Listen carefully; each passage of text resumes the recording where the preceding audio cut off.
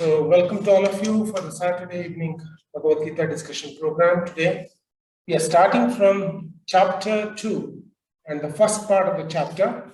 The first 10 verses we are going to discuss, understand, contemplate, and while we are today ending this session, trying to learn out of these 10 verses. That is very, very important. How can we implement certain life lessons from Bhagavad Gita? So, today, the second chapter, as you can see, it is divided into 4 parts. The first 10 verses speaks about the importance of accepting a teacher in our life. Where Arjuna, though he was the most powerful person who had each skills, talents, and facilities, and he was extremely competent, still he was put into a crisis situation where he understood that he has to now surrender and accept Lord Krishna as his teacher. So that transformation of the Arjuna from a personality who thought he is going to solve his problem himself to a personality who came to a consulting mode, accepting Lord Krishna as his spiritual master, is a transformation which covers in the first 10 verses of second chapter of Bhagavad Gita. Then Lord Krishna starts speaking about the 4 questions Arjuna justified why he doesn't want to fight in the battlefield. So he is going to actually start answering those 4 questions. He responds to those 4 questions. So we are going to discuss about that from verses 11 to 30th, where Lord Krishna introduces the identification of all the living entity in harmony with the Creator, that we are all spiritual part and parcel of Krishna. There is one universal fatherhood. At the same time, there is one universal brotherhood where all the living entities coordinatively relate with each other with one personality, that is Lord, that is God, that is Supreme Personality. So Lord Krishna starts giving the knowledge of Atma, the individual souls, which are actually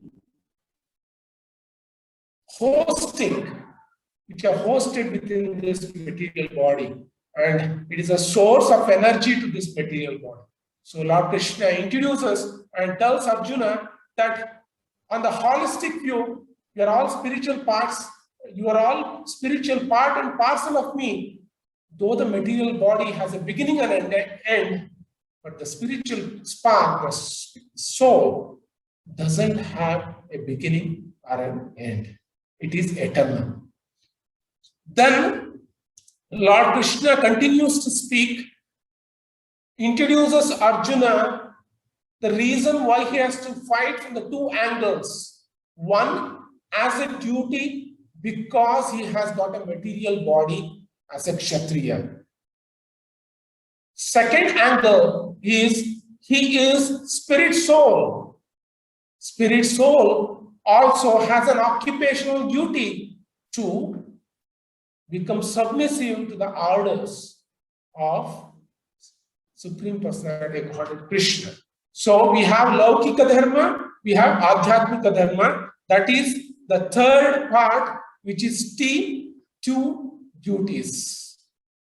One is the Swadharma and another one is the Parodharma. So Lord Krishna introduces these two occupational duties to Arjuna to tell him that on the both angle, you have no way you can actually escape from this battlefield. You have to fight in this battlefield. The 4th part in the chapter 2 is the Atma Rama, where Lord Krishna responds to Arjuna's question. Arjuna asks Krishna that if you see a person who is following Parodharma, that is following the instruction of the Supreme Personality of Godhead, then how can I identify them? How do they talk? How do they walk? So Lord Krishna introduces the attributes of a spiritual person. So Krishna speaks about a person who is on the material duty. What are his attributes? Then Lord Krishna speaks about the person on the spiritual level, spiritual platform. What are his attributes and characteristics? So these 4 parts of second chapter completes the summary of entire Bhagavad Gita. Very, very important. If we can collaboratively discuss and understand the second chapter, in summary, we have understood the essence of entire Bhagavad Gita. So it's very, in that perspective, the second chapter of Bhagavad Gita is very, very important. Now, Lord Krishna is going to start speaking in the second chapter of Bhagavad Gita. Before that, Sanjaya is summarizing to Dhritarashtra after telling Krishna, justifying Krishna that I don't want to fight in this battlefield. I do not want to kill my own relatives for the sake of getting kingdom. Arjuna, that powerful person who was so confident about his abilities, his warrior skills, couldn't understand how to move forward. He was in a very, very precarious situation. Having been in the middle of the battlefield, now he doesn't know how to respond to this call. And in this situation, helpless situation, Arjuna starts crying. Tears are flowing from his eyes, and Sanjaya is summarizing the state of Arjuna. Tam tata krupaya vishtam ashrupurna kulekshanam vishidhantam idam vakyam uvacha madhusudana. So Sanjaya is saying, krupaya vishtam, that Arjuna is filled with compassion. Ashrupurna kulekshanam.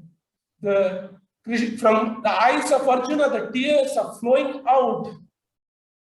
And seeing the state of Arjuna, Krishna becomes very, very compassionate to Arjuna and starts speaking.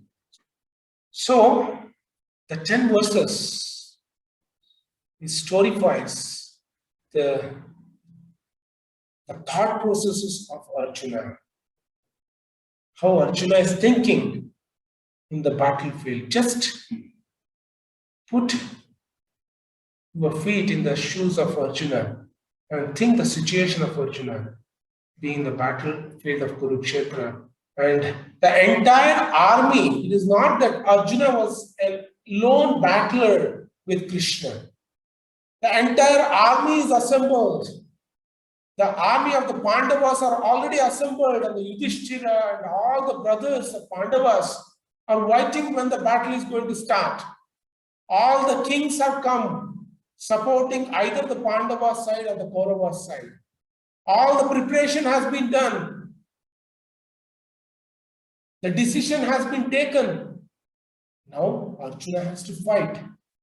There is no way he can run away from this battlefield. But yet he finds it extremely challenging, extremely difficult to go through this. Pandavas were the normal people. They were the normal personalities.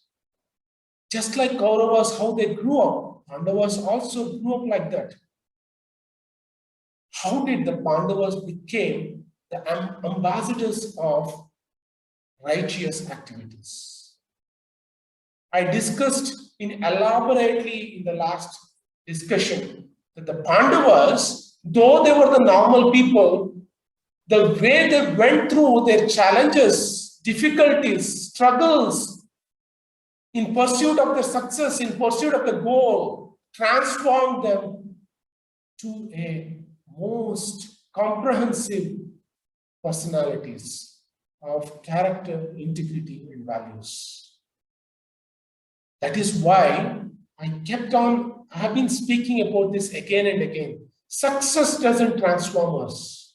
Difficulties transform us. Always embrace difficulties with positive attitude. Because success doesn't have anything to actually, offer us.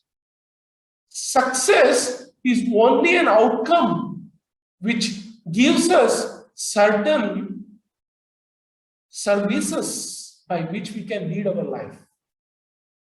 But the morality, the values, the character, how to actually accept each and every situation as a grace of Lord can only come by difficulties and challenges.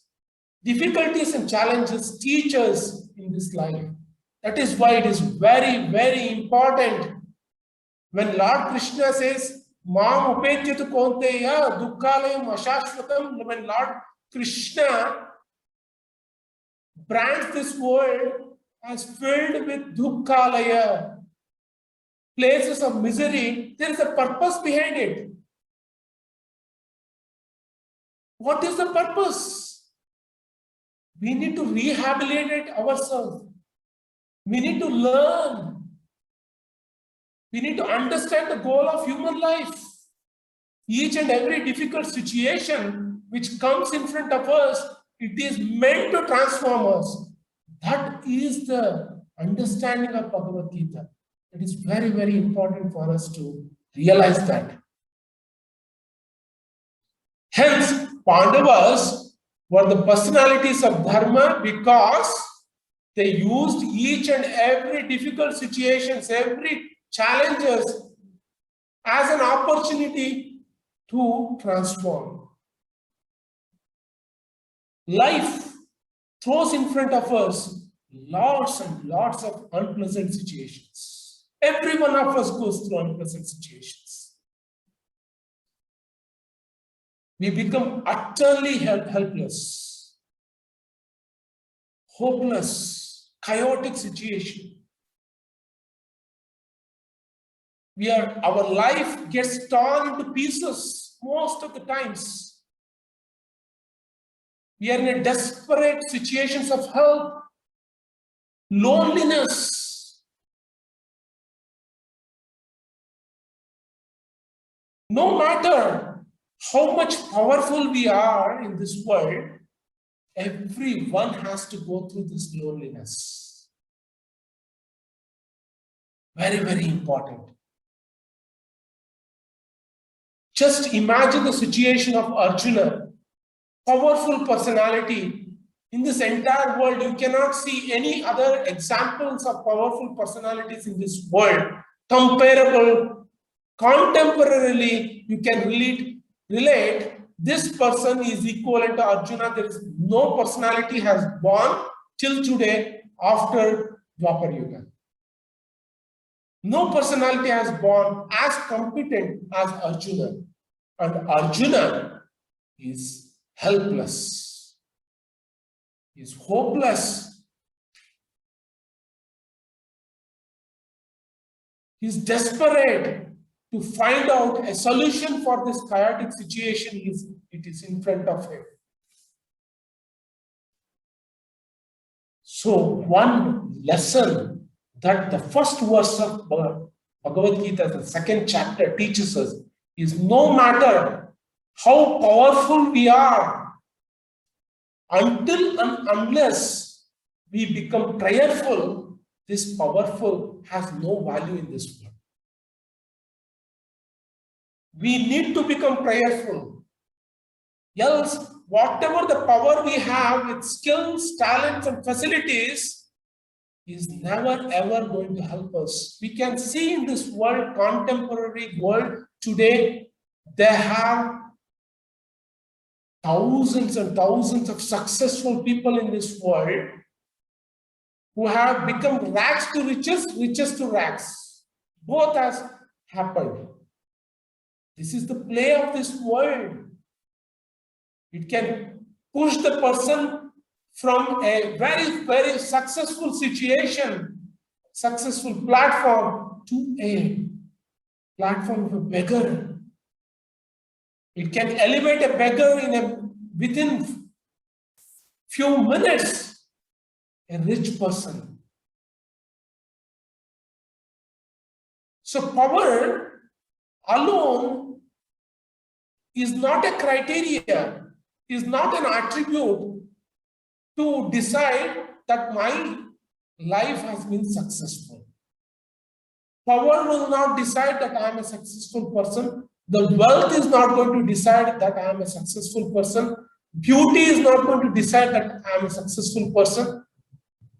Fame is not going to decide that I am a successful person. None of these attributes, which are all measured in this world, are going to decide that I am a successful person.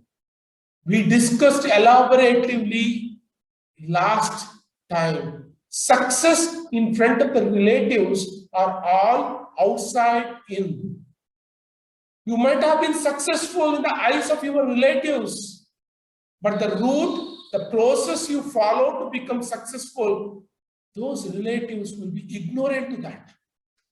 If you take your scorecard in front of your relatives and say, hey, I have been a successful person in this world, relatives may respect you, but you need to check whether you can take the same scorecard in front of Krishna. That decides whether you are successful or not.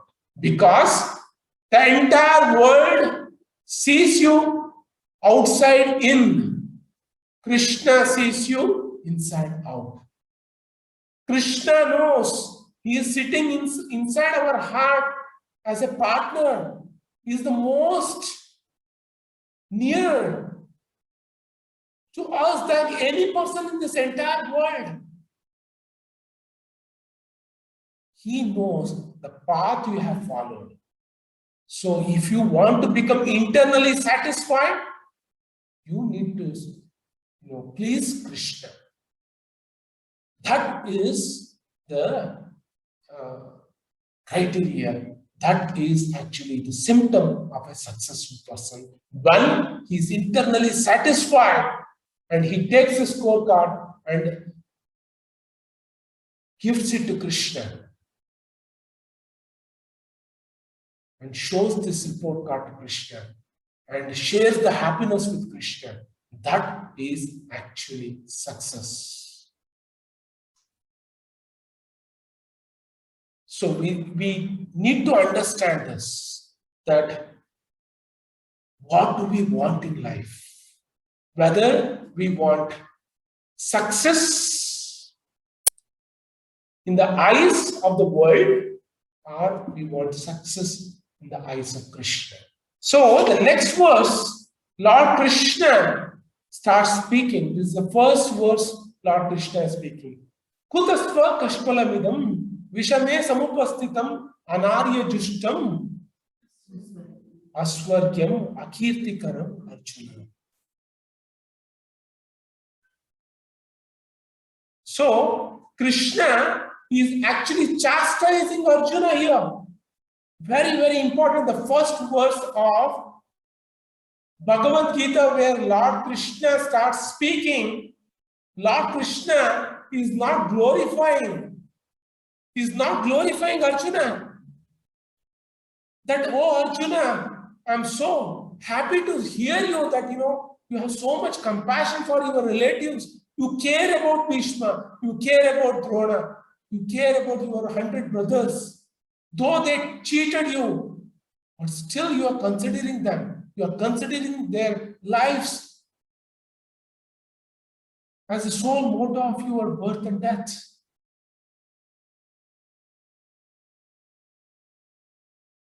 You want to see them alive. Krishna didn't glorify Arjuna, but Krishna started chastising. How do we understand that? Very, very important. That it's very important. Before even understanding why Krishna chastising, it's very important to understand who Krishna is. Before, unless and until we understand who Lord Krishna, the speaker of Bhagavad Gita, is, we will never ever be able to understand why Krishna is chastising Arjuna. We will never be able to take with a proper perspective, in a proper mood. There are so many verses in Bhagavad Gita where Lord Krishna is addressing himself. So here in the second verse, Lord Krishna is addressed as Sri Bhagavan Vacha. Who is Lord Krishna? Depending upon our understanding of who Lord Krishna is, our perspective of understanding Bhagavad Gita completely changes. There are so many personalities in this world who have translated Bhagavad Gita with an understanding of who Lord Krishna is. To that extent, they have translated Bhagavad Gita in that sense.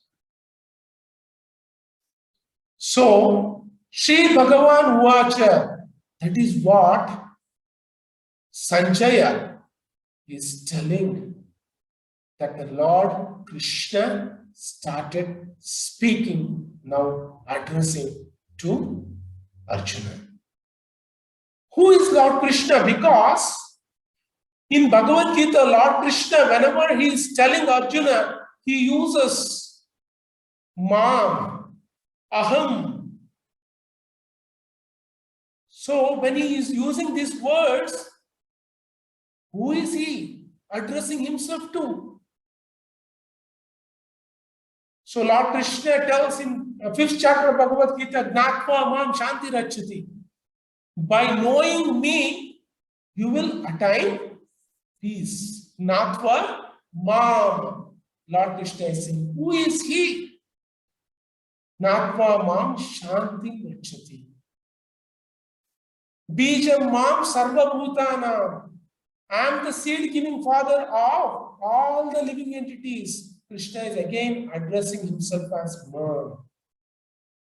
Maya Sakta Manah Partha.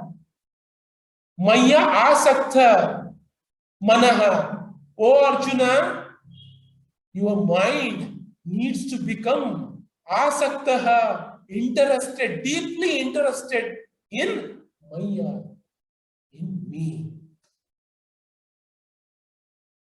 Mamekam Sharanam Vraja. In the last chapter of Bhagavad Gita, Lord Krishna says, surrender unto Mam Ekam, he says. Surrender unto me alone. Who is he? Satatam Kirtayanto Mam, Lord Krishna says in Bhagavad Gita. Always chant my glories. When he says Mam, who is that person? Krishna. Man mana bhava mad bhakto. Become my devotee. Pay obeisances unto me. Love me. Patram pushpam phalam toyam yome bhaktya prayachati. Tad aham. When Lord Krishna says, Patram pushpam palam toyam yome bhaktya prayachati. When a devotee of me gives patra a leaf, pushpa a flower, phala a fruit, toyam water, with devotion. Bhakti apavritam ashtami prayatatmana. Aham, I will accept when it is given in devotion. When you say, I love you to your wife, does it say love my, light or love me as a person? You are personal. You are personal to the other person when you are saying, I love you.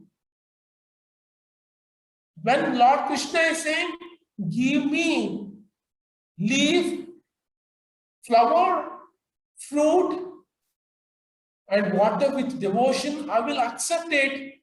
Then who is he speaking about when he says aham? Very, very important for us to understand, unless and until we do not put our frame of thought into this and understand who Lord Krishna is, when it says Sri Bhagavan Vacha, you will not be able to understand Bhagavad Gita as it is. Prabhupada says Bhagavad Gita as it is.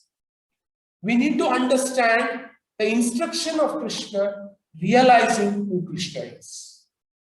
Aham sarvasya prabhavo matas sarvam pravartate. Aham, Krishna says, I am sarvasya prabhavo. I am the master of this entire material world and the spiritual world. From me, everything is emanating.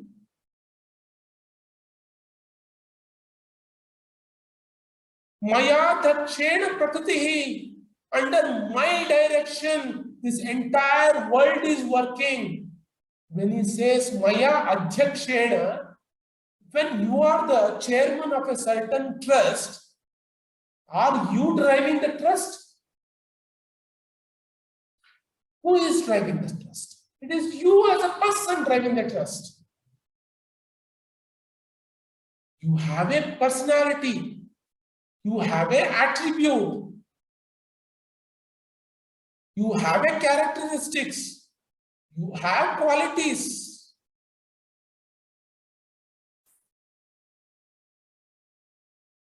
Bhajante mam dhridavrataha. When Krishna says bhajante mam,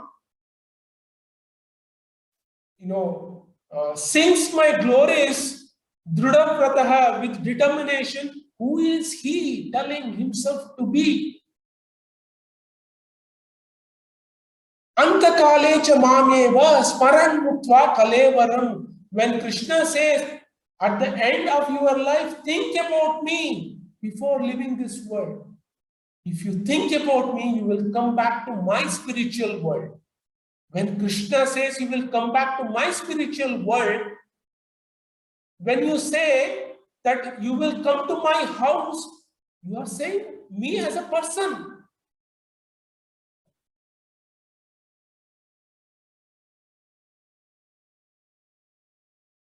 Ma upeti tu punarjanma dukkhalayam ashashvatam.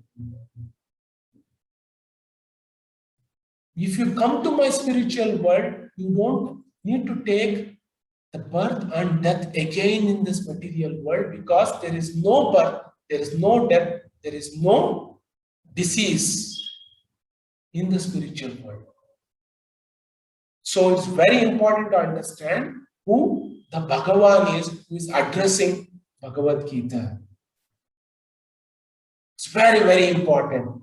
That's why scripture says the absolute truth. So I'm going to use this word absolute truth many, many times as I move forward. Absolute truth is nothing but Lord Krishna.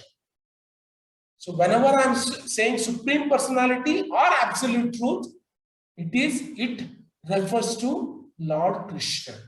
So the scripture says, Vadanti tat tattva vidas tattvam yajnanam amyayam brahmeti paramatmeti bhagavaneti sabhyate. The absolute truth, that is Krishna, can be understood in three levels. Brahmeti, as the Brahma Jyothi.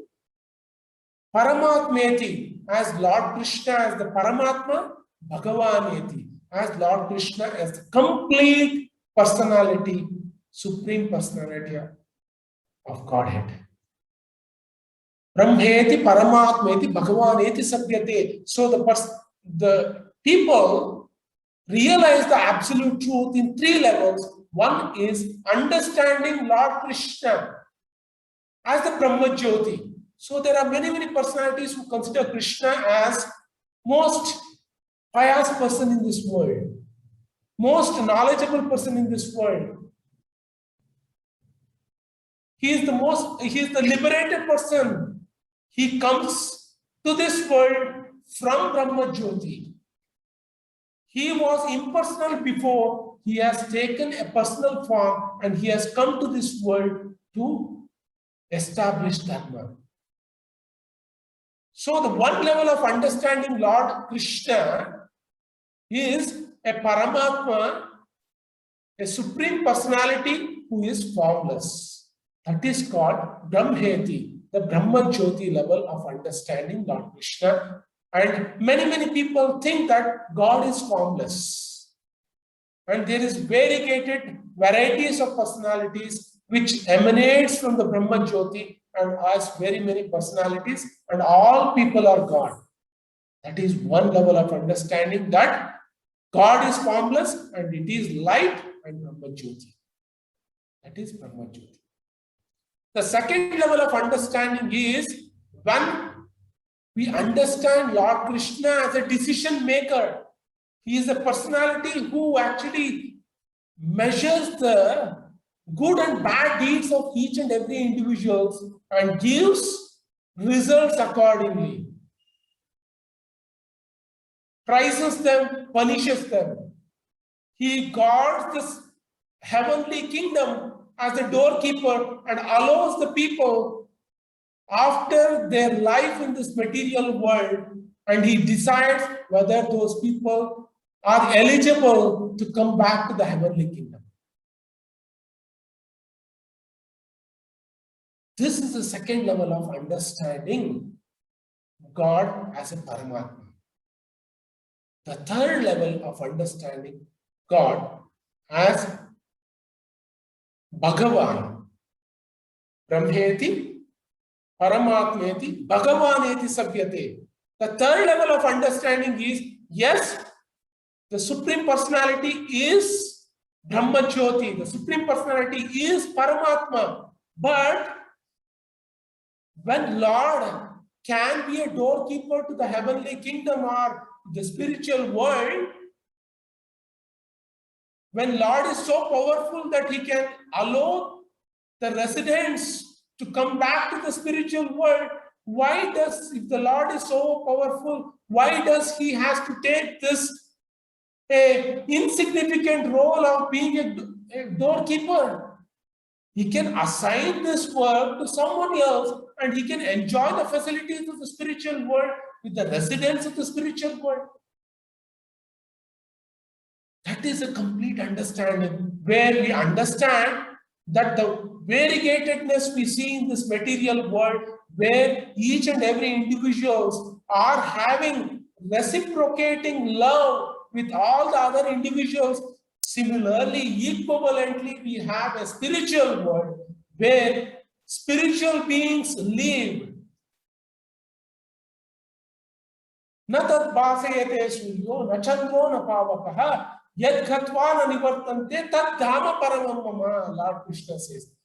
That spiritual world of mine is not lightened by the sun or the moon, because the Brahma Jyoti is nothing but the light rays coming from me which emanates the entire world. That is the complete understanding of Krishna. Krishna is the source of the Brahma Jyoti, Krishna is the source of Paramatma, and Krishna is the complete Bhagavan who resides in the spiritual world, enjoys the association of devotees who have come back after rehabilitating themselves, understanding what is the purpose of life, and they surrender to Krishna and they follow the instruction of Krishna given in BhagavadGita. When they cleanse themselves, they become eligible to enter into the spiritual world where there is no birth, death, old age, and disease. So this is very important to understand. So that personality is chastising Arjuna that kutasva kashmalamidam vishame samapastitam. How is that, Arjuna, that this kashmala, these impurities have come to you? Anarya justam asvargyam akirtikaram Arjuna. This is not at all befitting to a person who is an Arya. So in the Vedic scripture, all the residents of Bharatavarsha are called Arya. What is Arya? Arya means, in the English dictionary, a perfect gentleman. A sadhu is called Arya. A person who has understood the human purpose of life, he is called Arya. So Krishna is saying, Anarya Chushtam Asvargyam. This is not at all befitting to you who understand the goal of human life. How can you tell this justification that I don't want to fight when you have understood the goal of human life? He's telling Arjuna, Asvargyam. By such thought processes, it is not going to enable you to elevate you to the higher and higher planets. Akirtikaram. Arjuna, you may think that out of compassion that you are helping your brothers by not killing them. But if you run away from the battlefield, you as a Kshatriya, people will start defaming you. They will not think that you have done a glorious work by running away from this battlefield. They are going to laugh at you. That, oh, see the Arjuna. He got fearful of seeing this big army of Kauravas. And he ran away from the battlefield fearing death. Akirti, do you want to, as a warrior, do you want to, get this glories? Such glories is not at all befitting to you as a Kshatriya. He says in the next verse, Klaipyam mas smagamam partha naitat vayu upapadyate shudram hrudaya daurvalyam Tyaktva uddishta parantapa. Get up and fight. Gita, the essence of Gita is get up and fight. You cannot run away with difficulties. Even with the pandemic time, there are difficulties, but we have to understand that this is life. Put it in proper perspective and move on. Essence of human life, precious. Klaipyam, Krishna is saying you are impotent. You don't understand what is impotent means?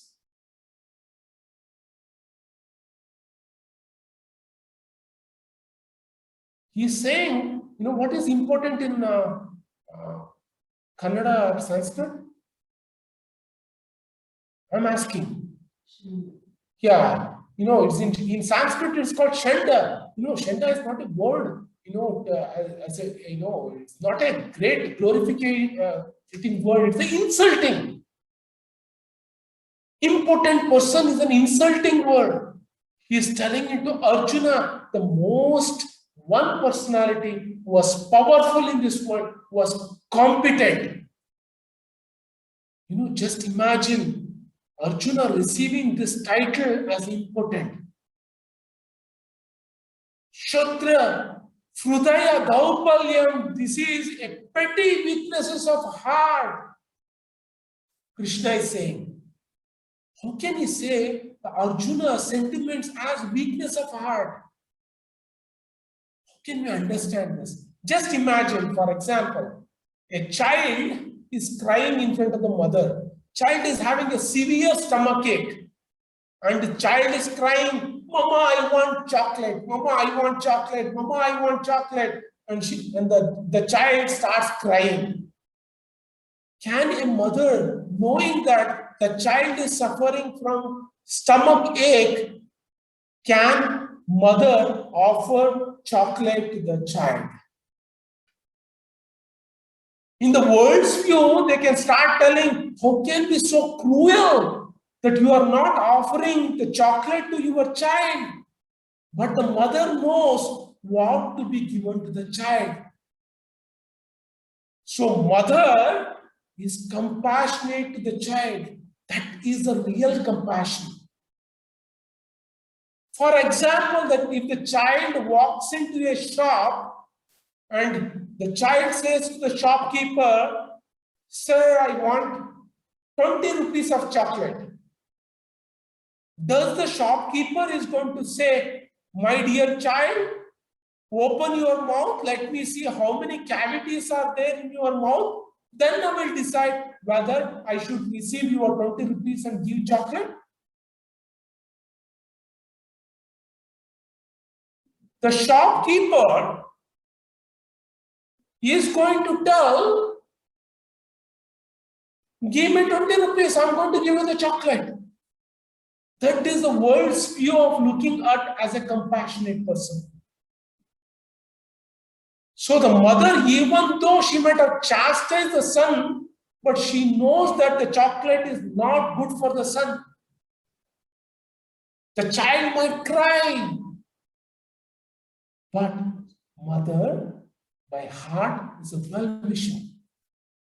Similarly is the situation of Lord Krishna. In today's world, it is just a situation like a shopkeeper. We are, we are empowered to add more and more and more fuel to the vehicle in which a driver is sitting crying and crying. Wherever the driver is sitting in the vehicle and crying, we only know one thing: add more fuel to the vehicle. Any modernization, any modernized technologies in this world, all these kinds of advancement, it has taken place in this world.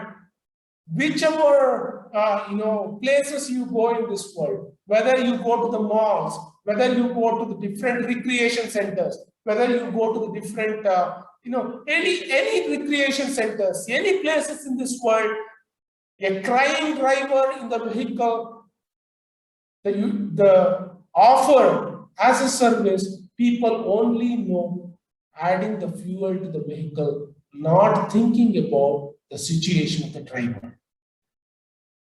This is the advancement.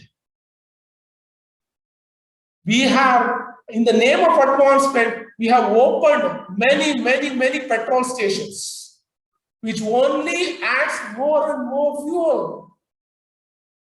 Are you stressed out? Okay, watch movies from morning to night. You will, you will get away from the suffering. Are you suffering? Okay, take some alcohol.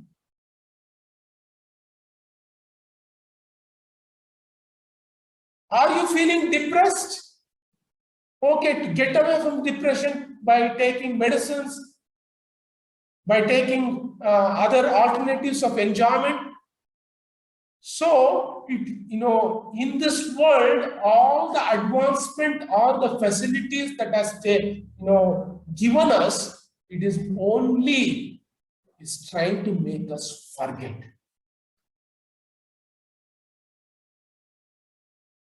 What does this power means?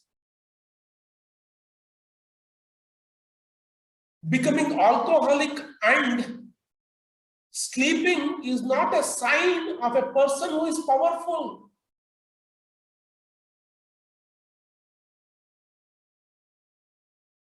The sign of a person who is powerful is one who controls his senses. That is why Krishna is saying, control your emotions, your senses.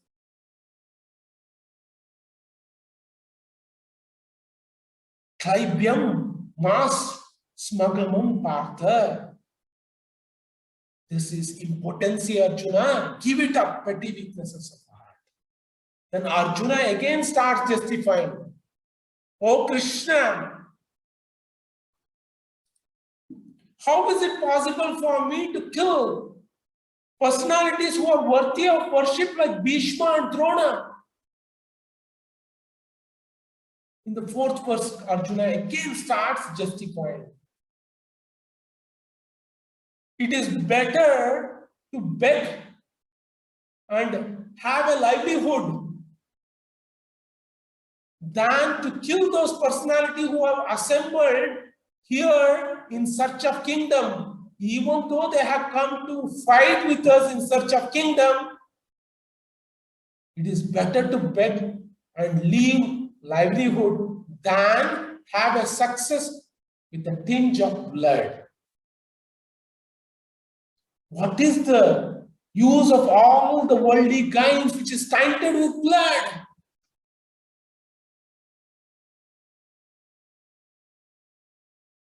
And Arjuna continues justifying that I really do not want to fight this battle. I want to run away.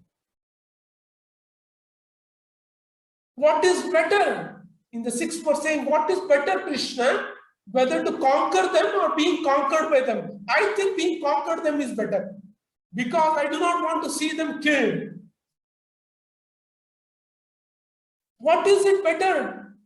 Now they are standing before me. I do not know what to do now. What is my response? I have fought many battles in this world. I have won so many wars.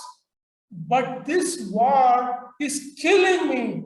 Emotionally, it's draining me.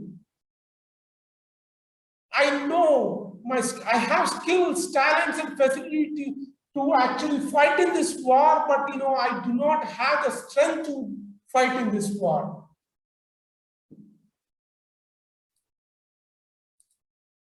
Krishna is just hearing Arjuna's helpless, pathetic situation.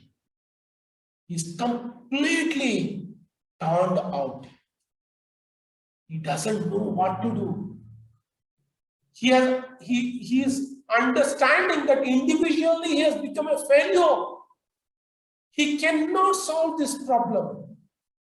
Initially, when he started the Kurukshetra war, he thought he's the most powerful person in this world. But he's understanding that he is powerless. He has no motivation to fight. He is seeing this war has no meaning in his life. So we need to understand Arjuna's situation. Arjuna is thinking individually has become insignificant. It is very important. What should we do when we start feeling this loneliness? Many powerful people in this world out of depression have committed suicide in this world. How should we approach our life? Power is not going to decide that you are going to have a very healthy, prosperous life. Money is not going to decide that you are going to have a healthy, prosperous life. What is that decides that you are going to have a healthy, prosperous life? This is state of consciousness. Very important. The state of consciousness. We need to be together to become powerful. Individually, we cannot succeed in this world. If you think, I have the power to solve this problem, I think we are the most foolish person in this world. We need to consult. We need to take shelter. Togetherness is very important. What is that togetherness? Whom should we partner with? Very important for us to understand. Whom should I partner with? Should I partner with my family? Should I partner with my friends? Should I partner with the people in this world? All these people have meaning in your life if you partner with one personality who is seated most nearer to your heart. That is Krishna. We need to consult Krishna. That is very important. We cannot solve the problem ourselves. Krishna understood that he cannot solve the problem himself. He had lots of conversation with Krishna. Arjuna understood that friendliness chat of having dinner together in the same plate, Arjuna feeding the food to the mouth of Krishna, Krishna sharing his plate with Arjuna, having a friendly chat, smiling, chatting, laughing, all those things over. Arjuna understood Krishna is driving my chariot. Only Krishna can solve the problem. I need to come out of my mental thought processes of considering Krishna as just my friend. I need to submit to him as my teacher. I am powerful, no doubt about it, but this powerful is powerless if I am prayerless. I need to pray to Krishna. I cannot pray to Krishna if I keep on thinking Krishna as my friend. I need to change my role as a student. Then Arjuna starts speaking. Karpanya dosha upahata swabhava prachamitvam dharma samudacheta yashreyasya nishchitam bruhitan me shishyasteham shadimam tvam prapannam. Oh Krishna, I am surrendering to you. Give me shelter as your student. I cannot win this battle if I keep on thinking that I have each and every talent within me, skills within me, facilities within me. I have all the weapons. I have all the game plan with which I can win this battle. All formulas which I kept on chanting about my success till now, all those formulas, I need to throw it into the rubbish bin, because these formulas is not going to help me to cross through this crisis. Let me surrender unto you as my teacher. You are my teacher, because Dharma Sammuda Chetasaha. I do not know what is the goal of human life. Dharmaha Sammudaha. I have become bewildered, confused about my occupation duty. Karpanya dosha. I have been filled with miserliness, weaknesses of the heart. Upahata swabhavaha. All my qualities afflicted. Now with this, I cannot fight in this battle. I need your consultation. Please give me the knowledge with which I can get up and fight in this battlefield with a proper mood. This is the transformation of one personality who has been unmatchable till today in this world. No competent people has taken birth after Arjuna. Such was a warrior. There has been contemporary people like Shivaji, no doubt about it, who are equivalently fighting in the spirit of Arjuna. But Arjuna was completely of a different caliber. If that person is surrendering with such a state of mind, who are we?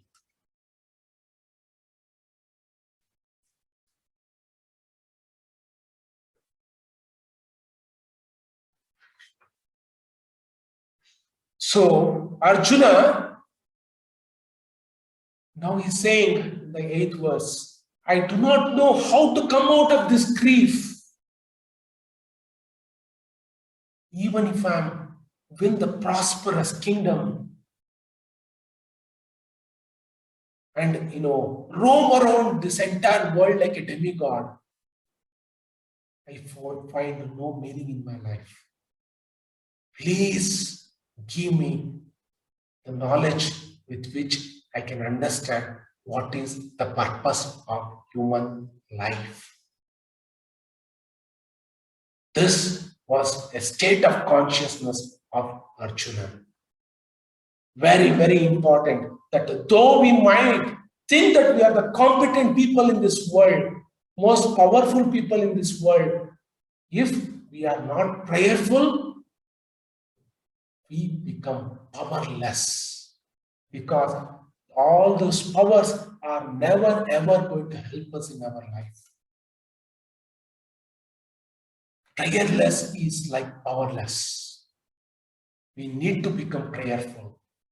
Each and every success in this world, we need to understand there is a hand of God in this, grace of God in this. We need to feel the companionship of Krishna in our heart in each and every step of our life. That is the success. Even though we might be successful in this world, but if we understand Krishna is with us and we are having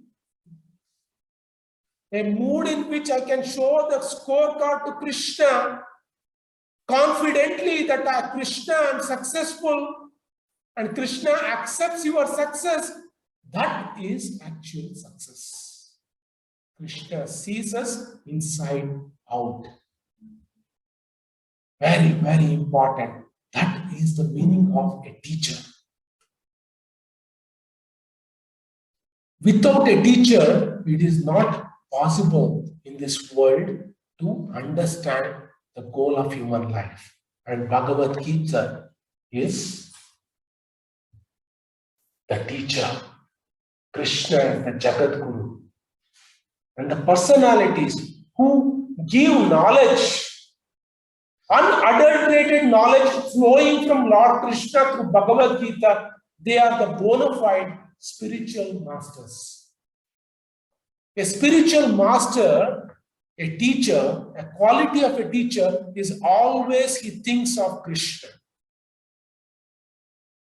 He always puts Krishna in the front, he in the back. He never says that I am the spiritual master.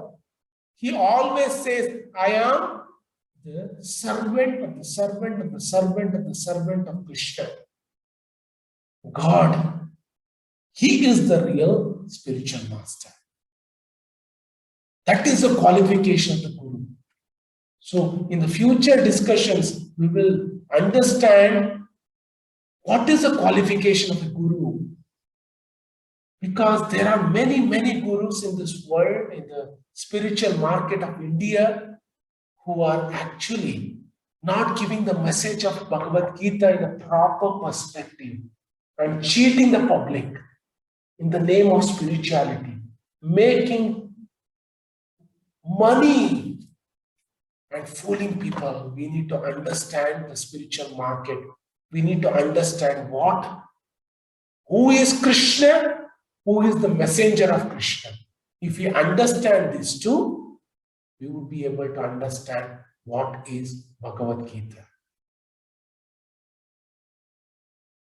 So just like Arjuna surrendered to Krishna, let me now stop this business as a friend. Let me consider Lord Krishna as my teacher, because he is my teacher. Till today I was ignorant about it. He understood it and wholeheartedly he surrendered to Krishna. Sanjaya Uvacha.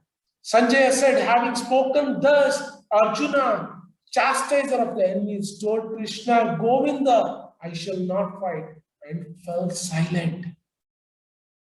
10th verse. O descendant of Bharata, at the time, Krishna, smiling in the midst of both armies, spoke the following words to the grief-stricken Arjuna. Bhagavad Gita started only after Arjuna accepted Karpanya dosha upahata swabhava prachamitvam dharma sammuda chetasaha. He understood his position as completely confused, doesn't know what to do now, and he accepted Krishna that you are the spiritual master for me. You need to guide me. Without your guidance, all this power, whatever I have, has no values.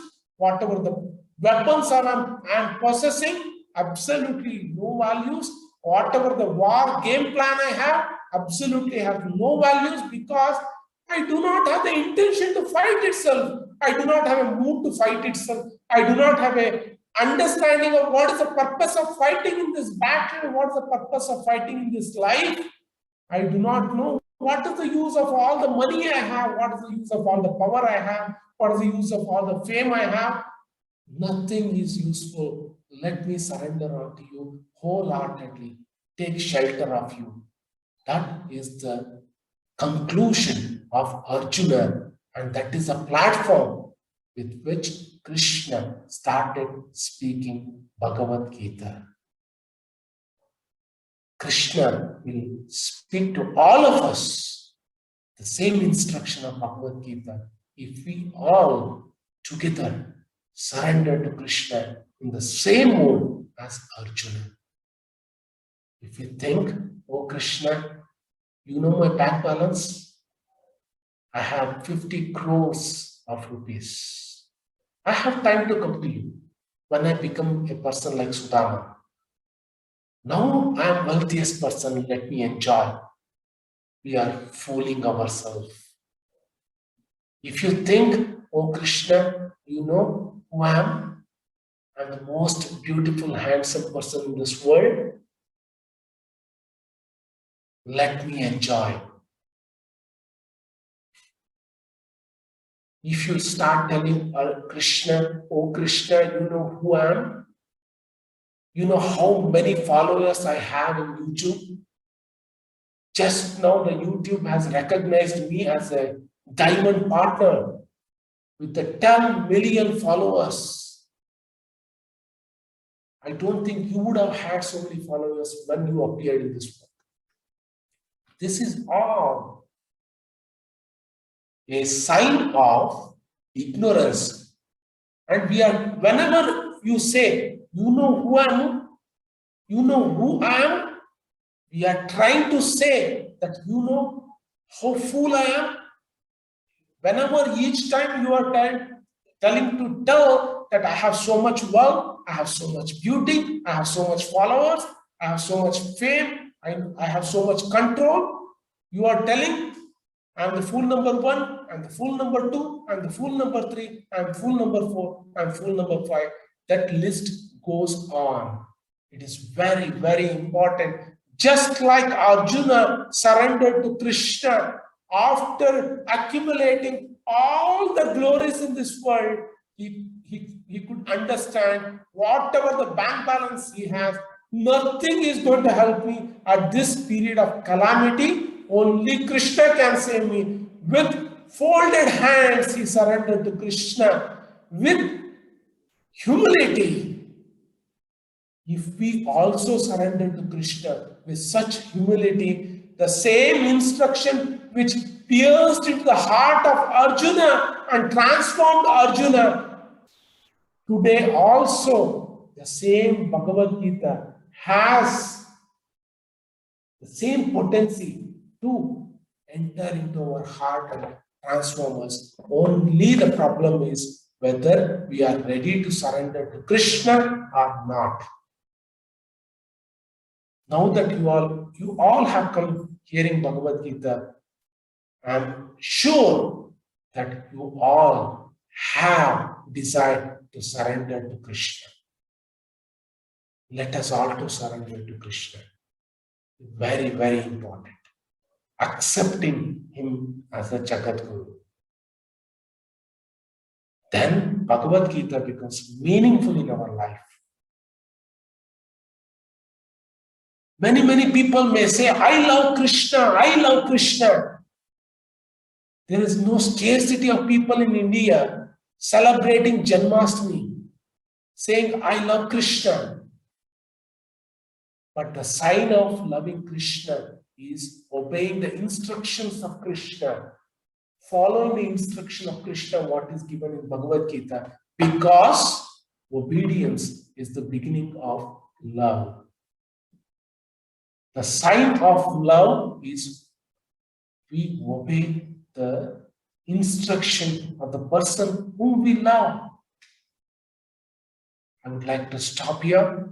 I would like to thank all of you for coming together to hear the first part of the second chapter. We are going to finish these 4 parts of the second chapter in 4 weeks.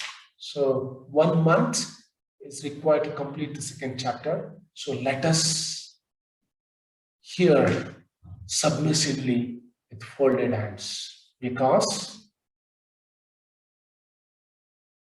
without being prayerful, powerful has no significance in our life.